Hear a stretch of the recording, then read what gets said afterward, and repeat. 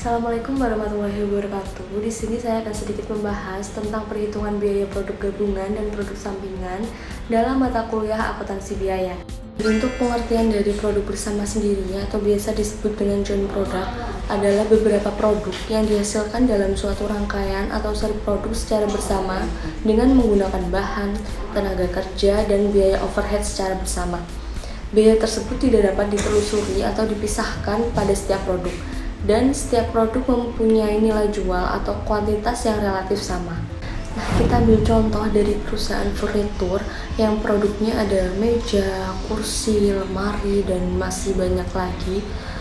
Tapi bahan yang digunakan itu sama, dari kayu. Bahan utamanya dari kayu, dan tenaga kerja atau karyawannya juga sama dari perusahaan itu sendiri, serta biaya overheadnya juga sama. Maka dari itu, perusahaan itu perlu adanya biaya produk bersama atau joint cost.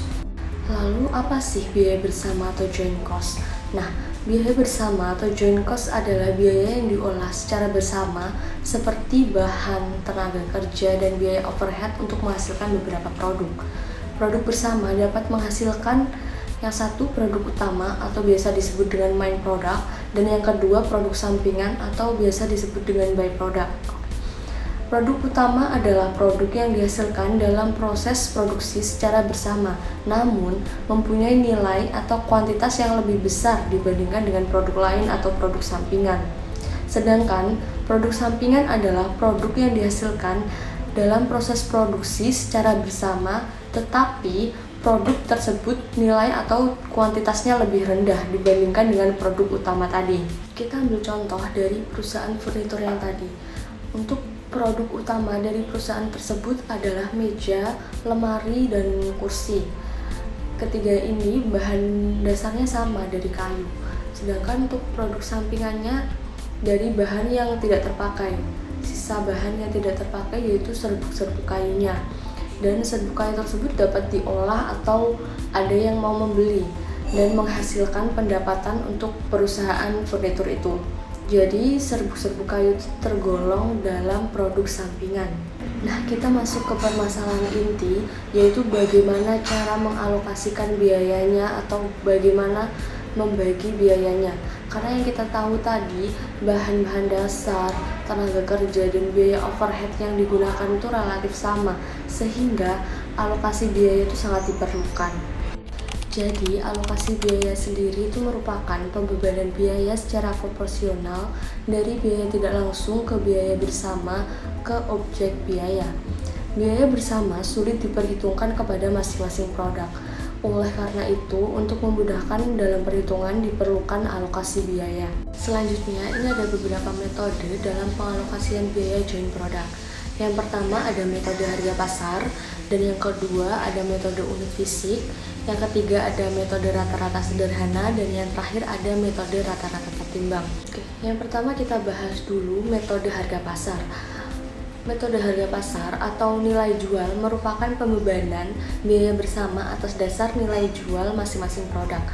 Metode harga pasar atau nilai jual paling banyak digunakan karena antara biaya dan nilai jual terdapat hubungan secara langsung, di mana harga jual dari suatu produk lebih banyak ditentukan oleh biaya produksi. Metode harga jual sendiri dibagi menjadi dua, yaitu yang pertama harga jual diketahui pada saat titik pisah, dan yang kedua harga jual tidak diketahui pada saat titik pisah. Kita bahas terlebih dahulu untuk harga jual diakui pada saat titik pisah. Apabila harga jual diketahui pada saat titik pisah, maka biaya bersama dibebankan kepada produk. Nah, kita bisa lihat rumusnya di sini, yaitu pembebanan sama dengan jumlah nilai jual masing-masing produk dikali biaya bersama, lalu dibagi jumlah nilai jual keseluruhan produk. Selanjutnya yang kedua ada harga jual tidak diketahui pada saat titik pisah.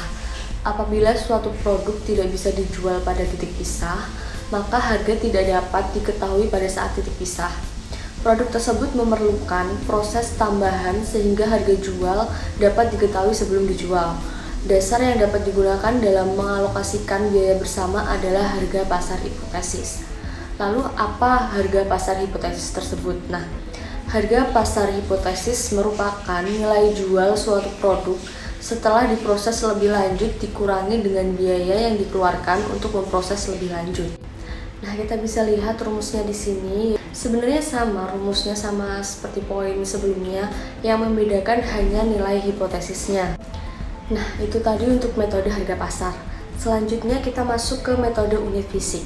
Metode unit fisik merupakan suatu metode pembebanan biaya bersama kepada produk didasarkan atas unit secara fisik atau output dari suatu produk.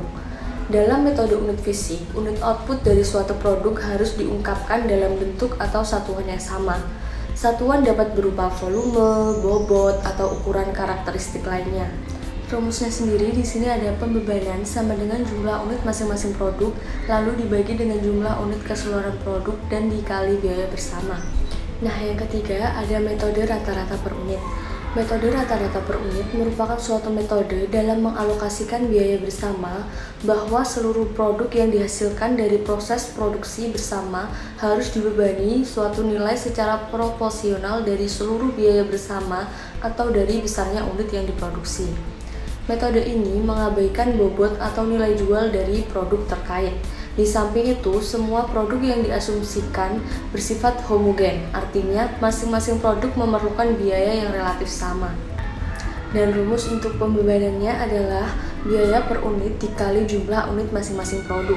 Sedangkan untuk mencari biaya per unitnya, yaitu dengan jumlah biaya bersama dibagi dengan jumlah unit keseluruhan produk. Dan yang terakhir ada metode rata-rata tertimbang. Metode rata-rata terimbang merupakan metode yang dalam mengalokasikan biaya bersama berdasarkan pada unit produk dan dikalikan dengan faktor penimbang dan diperoleh jumlah penimbang rata-rata setiap produk dibagi dengan jumlah penimbang rata-rata seluruh produk. Untuk rumusnya sendiri, pembebanan sama dengan jumlah penimbang rata-rata setiap produk dibagi jumlah penimbang rata-rata seluruh produk lalu dikali dengan biaya bersama. Nah, itu dia sedikit penjelasan dari saya mengenai perhitungan biaya produk gabungan dan produk sampingan. Semoga ilmunya bermanfaat dan bisa dipahami dengan baik. Saya akhiri. Wassalamualaikum warahmatullahi wabarakatuh.